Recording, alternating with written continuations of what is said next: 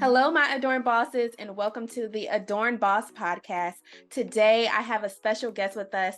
Her name is Miss Jacqueline Grant. She is an ordained minister. She has over 25 years of business coaching experience. She's also a best-selling author, and today she's going to help us take our careers to the next level by teaching us how to launch our businesses so we can get our first sale as online entrepreneurs. Hello, Miss Grant. How are you? It is great to be here with you, Rachel. Thank you. I am so grateful that you're able to come on to the Adorn Boss Podcast because this whole entire podcast was created to help my Christian women entrepreneurs get started in business, but also be profitable, because you know how confusing it can be when you start your business and you don't know what to do, what you don't know. But when you have a digital product, this is what we're going to cover today. How do we actually get those products in front of our target audiences?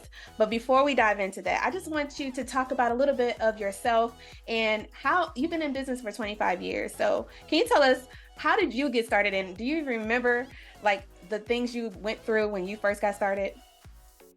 Yes, like it was yesterday, because those are the same things that I come across with people that I work with, or even when I'm on a show like yours, where guests ask the same typical types of questions, like, how do I get started? What order do I go in? How do I make sure I'm doing the right things?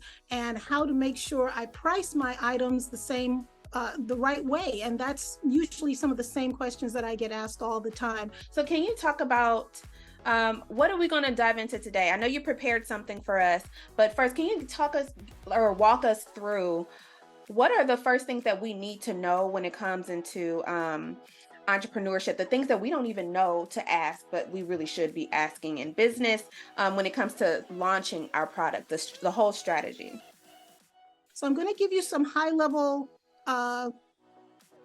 ideas first and foremost, just to kind of give you a high-level view, and then we'll dig a little deeper.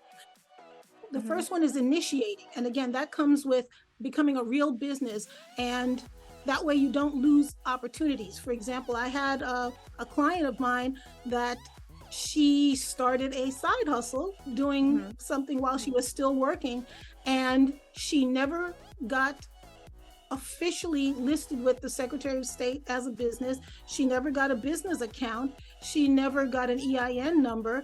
And so all of those things and more go into officially making yourself a business. And why that was important is because when the pandemic hit and the PPP loans were going out and all these other benefits for business owners were coming out, she and many others could not take part in that because they were not an official business. But if you're ready to go a little deeper, I can give you the step-by-step. That's exactly, you read my mind. I was literally just going to ask you, well, first of all, before we go step-by-step, how long do you think this process would take, our launch strategy? That's what we're going to talk about.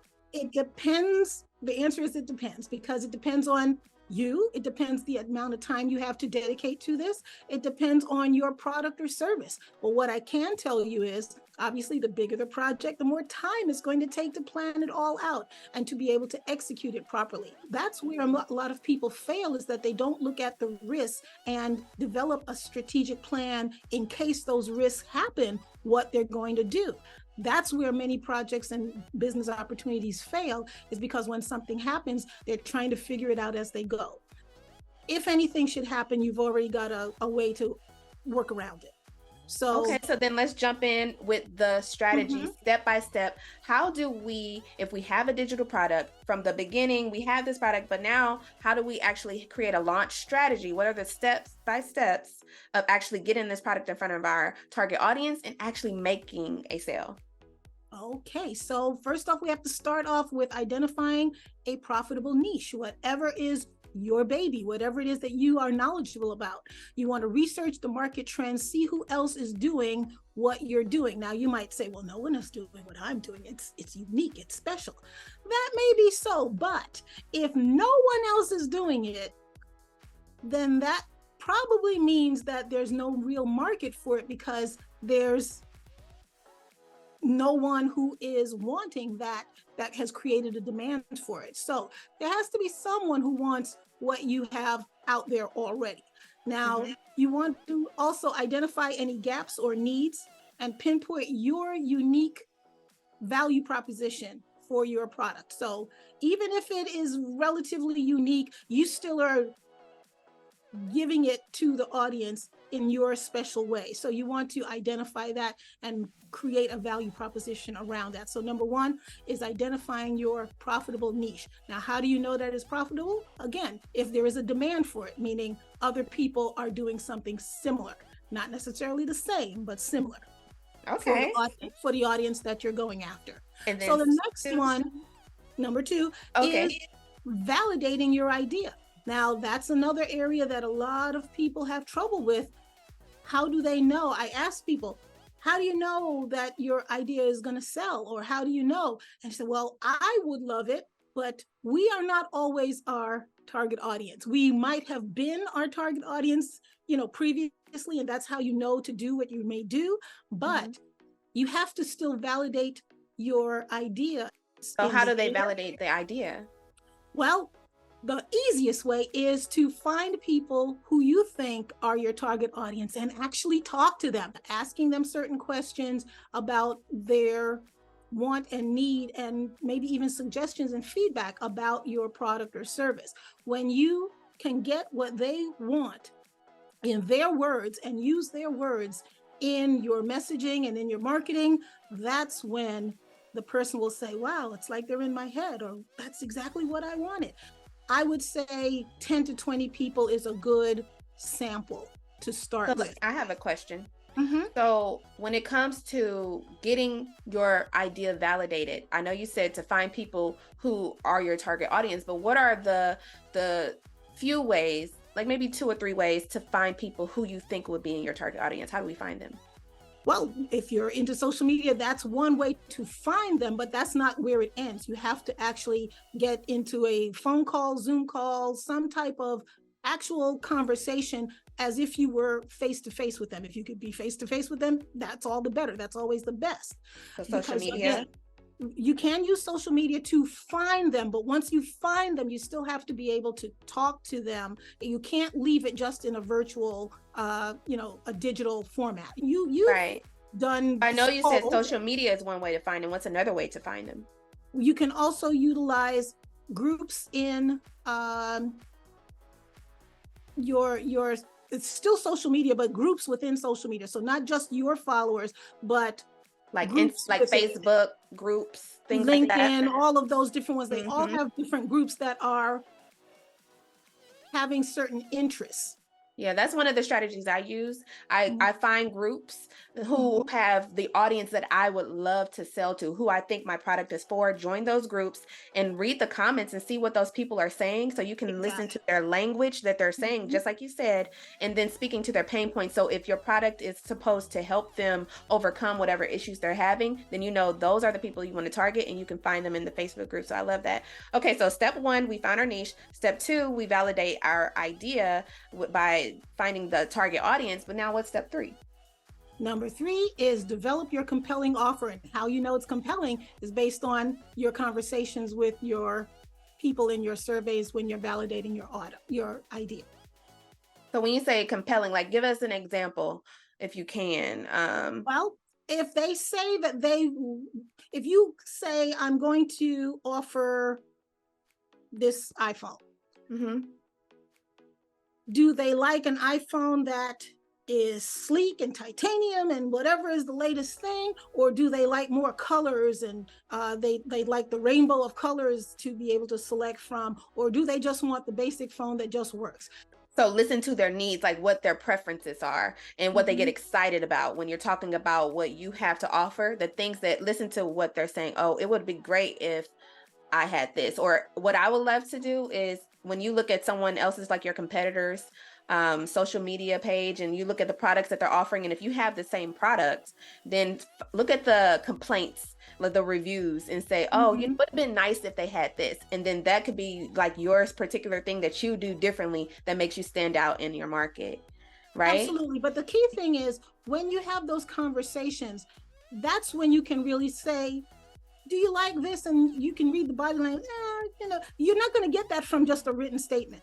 You can read the body language and you can get from that asking more probing questions as to, well, what do you like about, what would be better for it? What would be different? What would make it better? What would you like to see? If I offered this, would you buy it? Right. And these steps so far seems like I would do all this before I even created the product, because you can create a product and then you find out like, oh, they don't even want this. Exactly. So this is stuff I would do even before I create a product. I would do all this market research first, and then create a product that they want. So you can have a better idea what to be able to create. That's what that's how you would know. What's step 4? So now step 4 is when you can now create a prototype based on the feedback that you get. You can create a prototype, what we call a minimum viable product, MVP. And that MVP can be for your most valuable potential client as well. But you want to be able to create that sample version so that when you have people that have expressed some interest, or they kind of like the idea of whatever it is that you're talking about, you can, the natural thing they're going to say is, well, can you show it to me, or can I see it, or when is it going to be available? So you can create that demand by creating that prototype, that sample, and letting them know it's coming. You can do that with a book and let them know as part of your launch strategy, the book is coming. You can show them the cover of the book, even though nothing has been written yet, you can show them the cover. So get them excited about it and get them involved in your whole launch, so that before you actually put it out there to the world to see that this is the finished product, you can even do pre-sales that way, can't you? Exactly. Yeah, say, hey, it's coming, it's not ready, but you can set it up where you can, like, I'm giving special discounts to the first maybe 25 people who will pre-order. This is one way to get sales up front before your product has even launched. Absolutely. And that's actually another way to validate the validity of your storyline, your book content, or whatever it is, by doing that pre-launch. And especially if you have a list already, or you have a good following, you can just say, I'm thinking about doing X, Y, and Z. What do you think? And see what kind of feedback you get. Yeah, you can do that on social media too. Even if you don't have a list, just put it on, like if you're on Instagram, for example, in the stories, and you can do like a poll, say, hey, would you rather this or that? And that can help you decide on what products you would like to create as well. Okay, so we're on step number 5, right? Number 5 is now when you're going to craft your marketing plan. So what we've been doing is developing the whole project plan, but now we're going specifically into the marketing plan. And that's when you're going to define your target audience. So you may have talked to some people and you may have found some people do fit what you thought would be a good target for your audience. And then you might have come across some who you now know are not a good fit.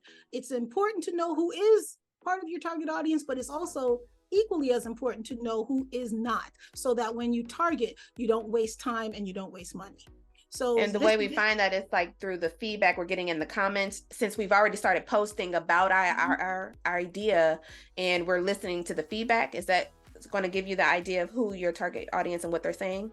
Yes, because the thing is, you know who you ideally want to serve, and you're looking to find more of those people in bunches, in groups. So when you now come across people that you might even get that gut instinct, oh no, that's not my person, or they want something I'm not either willing or able to give or provide, that's not part of your target audience.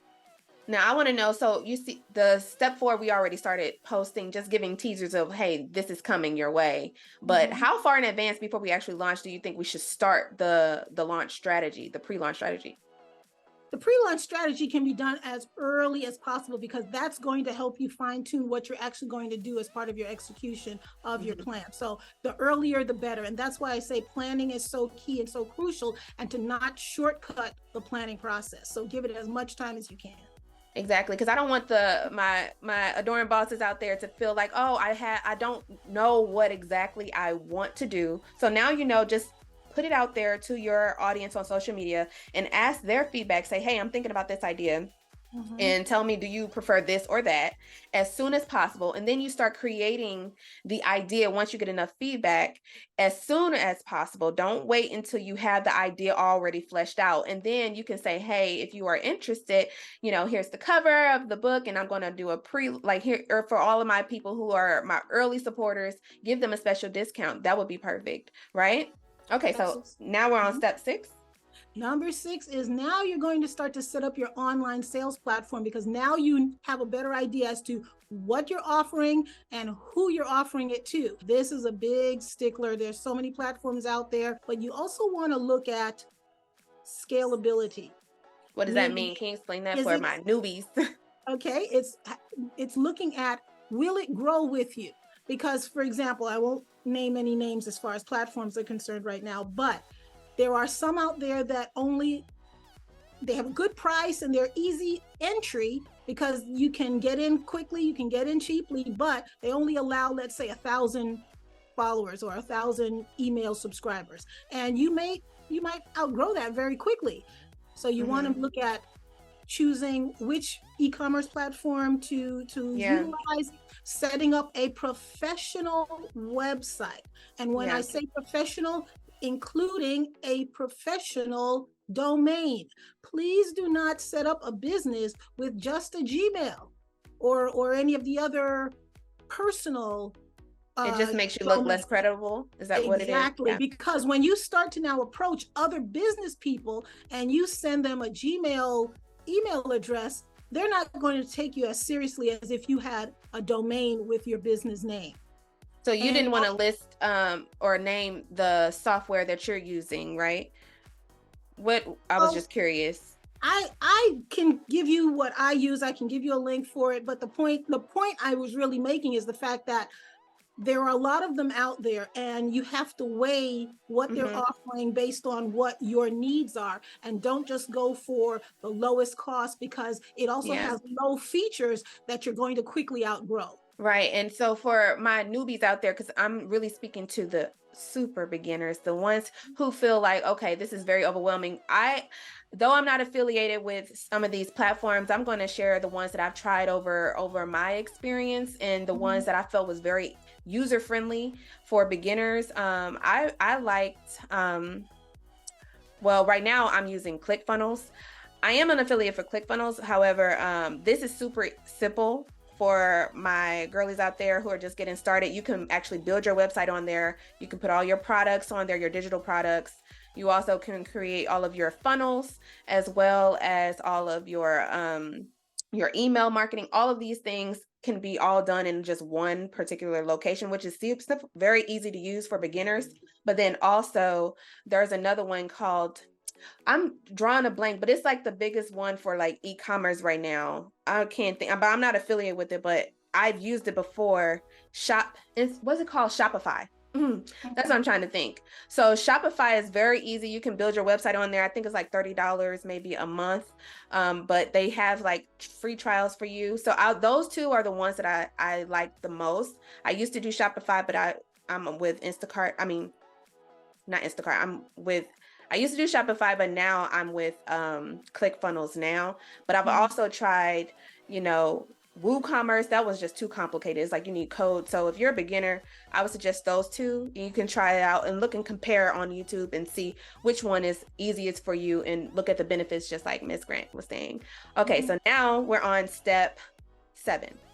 Number 7 is launch with a bang. In that, now that you've got your people kind of salivating for your offer, and they know it's coming and they can't wait, you've been communicating with them the benefits, what they can expect, what it'll do for them, then you want to get into your social media, have your teasers out there, your email blasts, and using your CRM or whatever you're using, whether it's ClickFunnels. I use Builderall.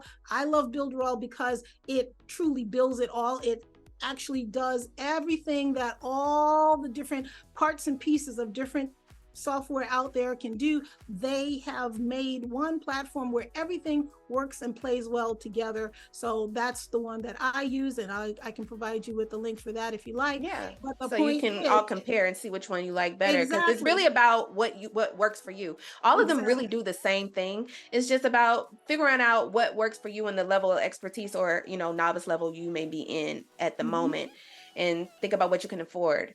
So I just love that. Okay, so we talking about launching with a bang, but you know what I've realized when it comes to launching, it's like there's so many things like I did not know before I needed to launch. Like how can you tell that your launch is actually going to be profitable?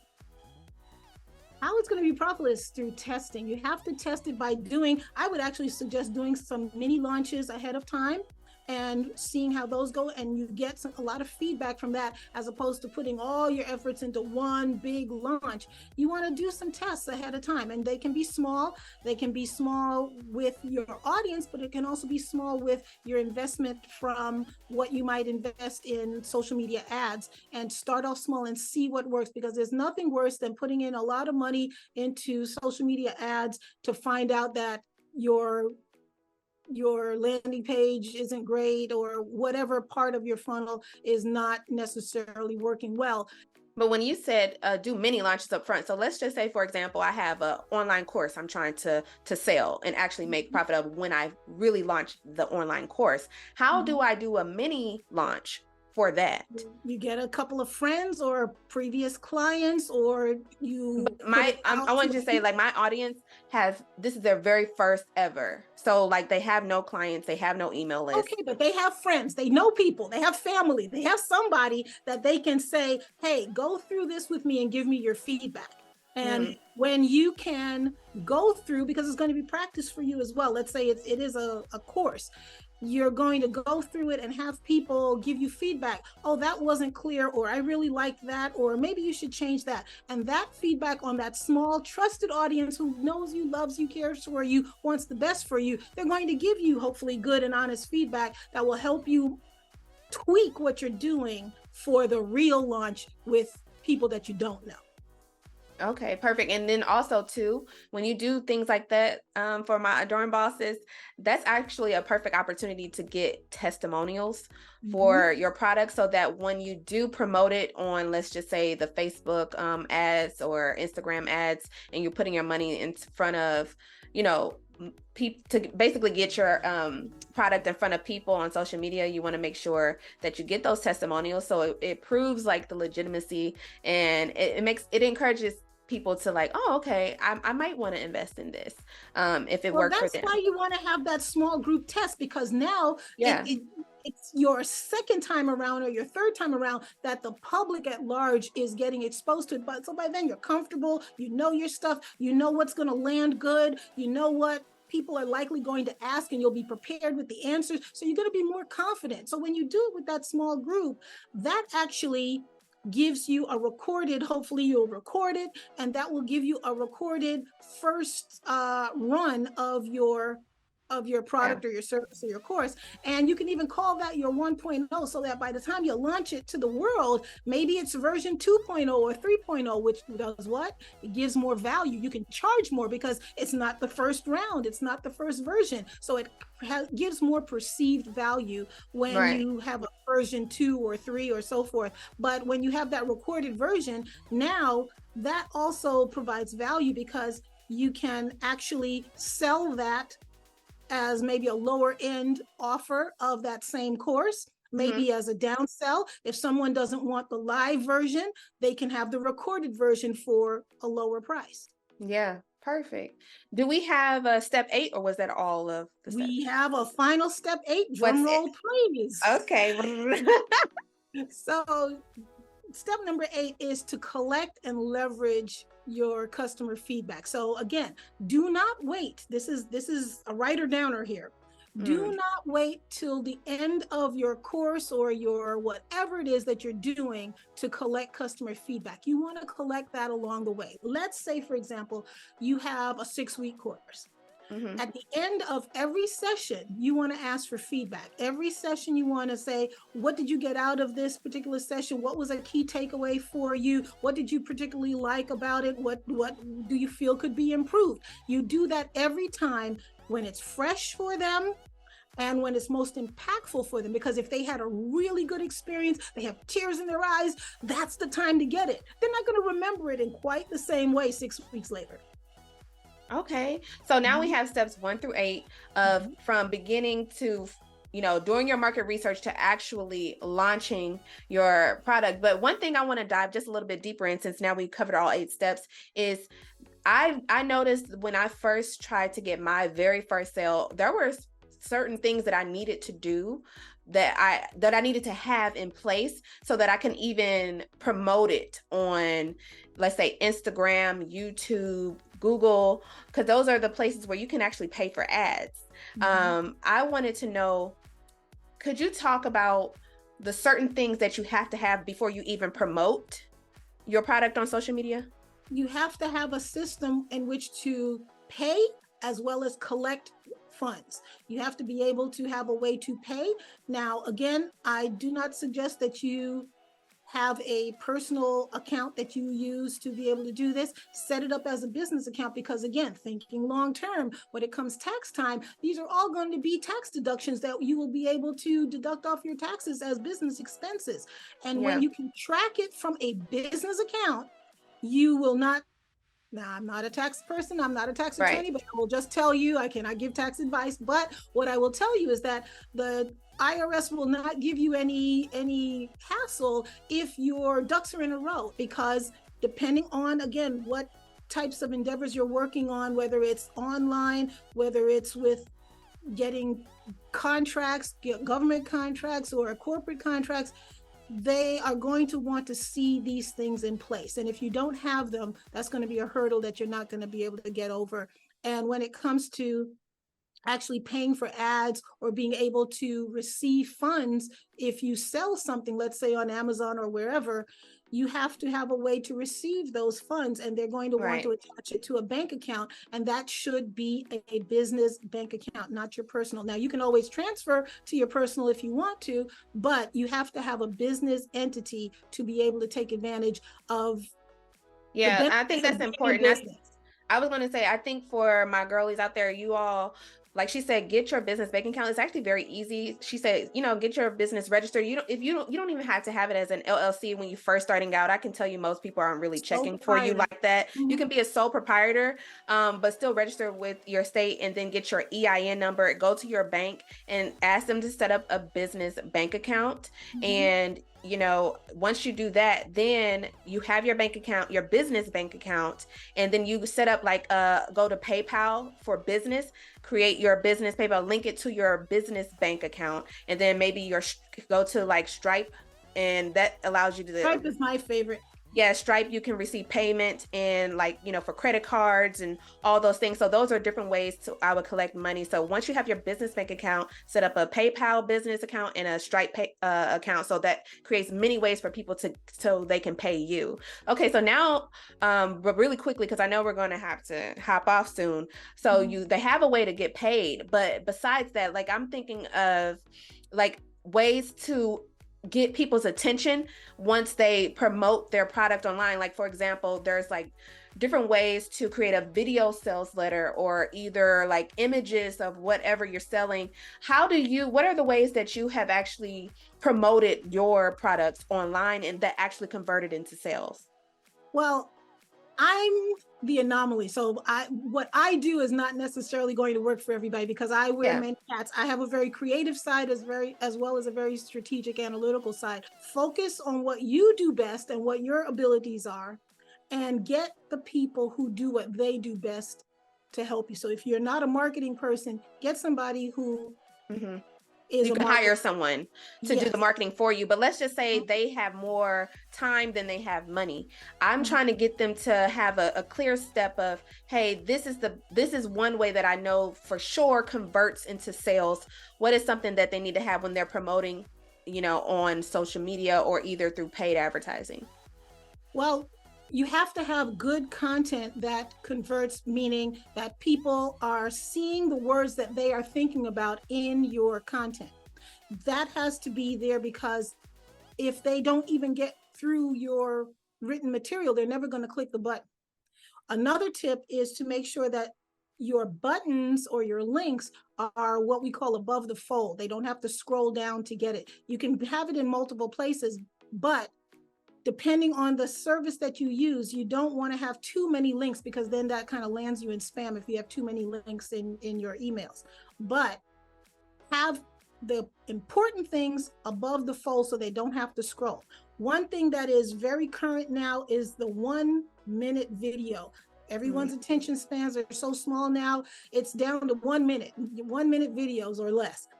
What you also want to do is make sure that you have, if you have a sales letter, is to have some key bullet points and have that at the top, again, above the fold before they have to scroll, have the bullet points of what are the key things in your message so that they can see what it's all about and see what's important to them to draw them down to read more. But if they don't get what they need in those first couple of lines, they're never going to scroll down to see the rest. That's great. Okay, so now I have one last question.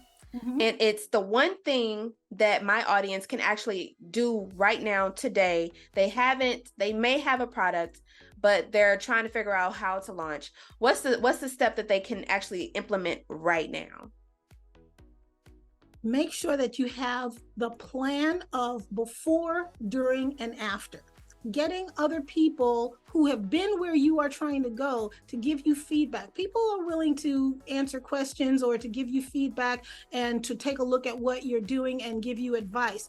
Get the advice of people who are willing to work with you, like your Adorn Boss right there in front of you. You want to make sure that you're not going this alone. Can I ask you to, because I'm a very much of a, like, I'm a visual learner, I think. So let's just say, for example, you're about to launch a course. Before, in the middle of it, and then after. What, like, just bullet points really quickly. What are some of the things we need to do before we launch that course? Like, make sure you have the plan in place that you're going to follow. And then in the middle, execute what you said you were going to do, because we as entrepreneurs suffer from shiny object syndrome, and we got pulled off in a lot of different directions, and the latest thing, and this person is doing it, so I'm going to try that too. Stick to your plan until you see a reason why you should make a change. And then what's after? Repeat, rinse and repeat. Rinse and repeat. And I wanted to say, when it comes to like the before, her first step was finding your niche.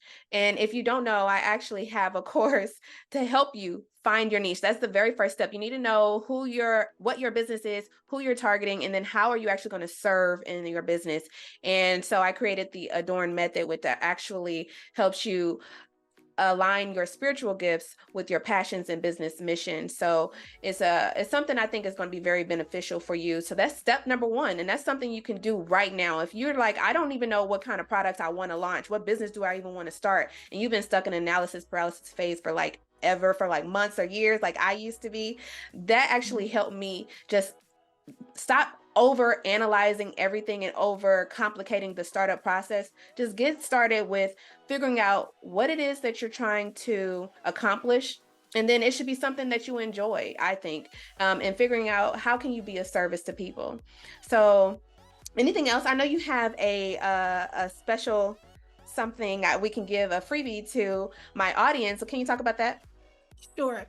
I have done the deep dive to give you a checklist to go through all the things that you need to do to start step by step in your online business launch. And it is at a link that your Adorn Boss will give you.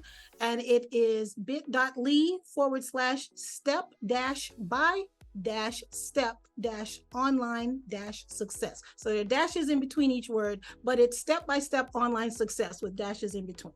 And don't worry, I know that was long. So I'm actually just looking at the description box and I will for sure post the link there. So it'll be easy for you to find. Click on that link and you'll get your freebie there. And the freebie again, tell them what will it help them do? Launch your book sales, your product sales, your service sales, 8 steps to your online success. Perfect. I thank you so much, Ms. Grant, for joining us tonight. I really admire you and all of the success that you're having, and congratulations on becoming a best-selling author. If you don't know, tell them what your book is. My book actually is called Training for Profit, and basically it is focused on the construction industry when you look at the cover. However, the strategies can be used for any type of business because it shows you how you can get paid by the government to train in whatever it is that you do, whatever you know how to do. There are others who want to learn how to do that, and you can get paid by the government to do it. Even for online entrepreneurs? Absolutely. What about, do you have to have experience a certain amount of experience to get the money from the government? No. The key thing is the government doesn't make anything, but the government buys everything. They buy everything from pens, phones, erasers, paper, whatever. They buy courses, they buy training. They buy everything. And there are contracts out there, especially for women-owned businesses, minority-owned businesses. There are contracts that are out there for all of these products and services. And that's one of my missions, is to help entrepreneurs to see these additional opportunities that they are not tapping into, and be able to grow their businesses and make more. And I won't say doing less, but with less stress, with less angst about finding the next dollar and the next client, when the government is ready, willing, and able to pay you for what you already know how to do. Wow. Regardless of the experience. That to me is amazing. And we're talking about, when you say they're giving money, it's not a loan. It's like it's not a loan. We're talking about government grants versus government contracts, two different things. So there's grants for us, is what you're saying? Both. Oh, there's grants and there's contracts. Yes. But all of that's explained in your book. Yes. I see. Okay, so you all want to get the book, and can you name that book again? Training for Profit. And I'll put the link. She's actually selling it on Amazon. I'll put the link to her book in there as well. So if you're interested on how to get money, and now that we know you don't even need that much experience, that might be do you have to, the business already has to be started, or can it be before you start the business? You can just start. You can be recently started, but like I started off in the beginning, you have to be an official business. You have to be an official business. You have to be listed with your Secretary of State. You have to have an EIN number. You have to have those basics that makes you an official business in Perfect. Texas. So that's motivation, ladies. Get it started now. There's no need to wait, because we're entering 2024. And if you are where you are today, next year, I know you're going to be a little bit disappointed in yourself. So let's not do that again. Okay. Because if you're like me, you've been contemplating on starting your business for a long time, and I'm here to help you overcome those, challenges that comes with being a new entrepreneur. I may not know everything, but I have connections like Ms. Grant, and I have other people who can help us. And so you're going to continue to listen to the podcast, the courses that I offer, and also the free content that I'm offering on YouTube to help us grow together. And that's what it's all about. Sisterhood, Christian women, making sure that we are, we're not competitors. We're actually complementing each other in our gifts, and also collaborating. That's the biggest thing. We're not competitors, we're collaborating. Okay? I would love to give your audience one closing word. Okay. It just popped into my head when you asked, how did I know to go into business or something along that line? My last position as a paid employee was as director of marketing for an HMO that covered New York, New Jersey, and Connecticut. When they let me go because they were bought out by a larger company, I decided I was not going to look for another job, and I was going to do my business and only my business. And that was 2005, and I haven't worked for anyone as an employee since then. And why I bring up that point is because I had a talk with myself, and I said, it's the same me and the same gifts and talents and abilities that I have made millions of dollars for other companies. And it's the same me that could go directly to the clients that I already was going to bring them into the big companies that I worked for. They found me because of the big name company, but they trusted me that I could do what I would say I was going to do for them. And so I had that mind shift to say, if I did it for these companies, I can do it for myself in my own company. And that's what I want to share with your audience. Yes, there's a uniqueness and you're so valuable, and you work so hard for someone else. You could do it for yourself. And so we're going to talk about discipline and all those things that comes with being an entrepreneur, because you're going to eventually be on your own schedule. You're going to have to figure all that stuff out. So we'll cover that next time. And you let me know in the comments, what do you want to know next when it comes to entrepreneurship, and how much did you enjoy this interview tonight? I'm so grateful. Thank you again. And I just can't express it. I'm so proud of you. Congratulations again. And I just thank you so much. Okay. And I thank you for following your heart, for creating this podcast for all your Adorn bosses out there. Thank you. All right. You have a blessed night. You too. Bye-bye. Bye. If you're stuck in the analysis paralysis phase, but wish you could just get over your fears, stop procrastinating, and gain confidence and clarity to finally start your business, visit our website at boss.adornfaith.com. I share my simple 5-step method to help you align your spiritual gifts with your passions, purpose, and define your business niche statement. That's boss.adornfaith.com.